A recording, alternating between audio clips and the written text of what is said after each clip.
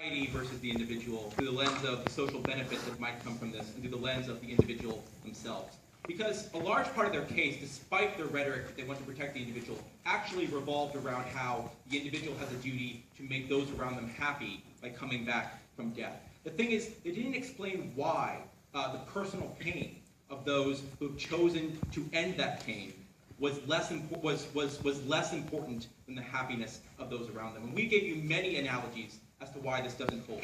We don't make rape victims testify at trial, even if it might make people in their immediate vicinity better off because of the intense personal pain and trauma to that person. Likewise, we don't let your family keep you alive against your wishes when you're in immense pain at the end of your life, simply because they would like to see your face a little bit longer when you would really prefer to get out and be done with it.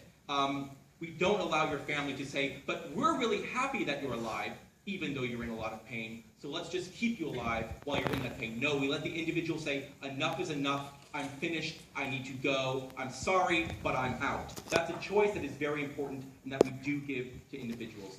Next, they gave us their analysis about social benefit. But what we told you is that suicide loses its power, because suicide is powerful when it's final. Suicide is powerful because it's permanent. But it's not permanent anymore under their model. It's not final anymore under their model because you come back. And then they said, well, then it's similar to a kind of unpleasant or intense protest, and that can send a message. But under the status quo, you can engage in an unpleasant or persuasive protest. So people have that option open to them. The thing is, despite the fact that that option is there, they're choosing suicide. That says, to them, this change is more important than their life. To them, sending this message is more important than their existence. They don't want to just make a meaningful protest. They don't want to just tell their message. They want to use the most powerful tool at their disposal, because to them, that is more meaningful than being alive. The thing is, you deny them the chance to make use of that meaning. You deny them the chance to use that ultimate protest even when they want to, and force them to use a less convincing form of protest against their wishes. And so what we say is, what you want to protect is people's desire to change society. You should allow them to change society in the way that they want to the extent that they think they have to, even when that is at the cost of their own lives. And what we say is that leads to better social change and more powerful social change, because people take acts of finality more serious than they do acts which are not final. And when suicide is final, it has that power and can have that impact. But finally, let's look at the individual. Because they said people could be better off. Yet at the same, and society will help you. At the same time as saying, you took the easy way out. You were a coward. Your values were not important. You prioritized the wrong things in life.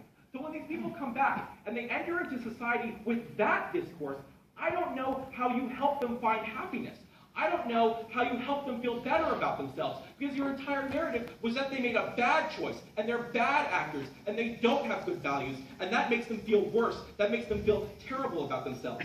And then they try to tell you, well, people are irrational. But we gave you a very clear scenario when death would be rational, when there is nothing but pain. And there are many people who are in precisely that circumstance, for whom death is entirely rational. And amongst their future options, amongst the future kinds of people that they could be, being nothing at all is clearly best for them, and they know that, and they want to do that. And they can't know this. That's the key difference here. They can't know for whom this is true and for whom it is not true. And so we don't want to condemn individuals to a lifetime of suffering. We don't want to condemn anyone to that sort of intolerable torment when they are the ones who knows best what's going on up in their heads, and they should be able to make the decision for themselves. Thank you very much.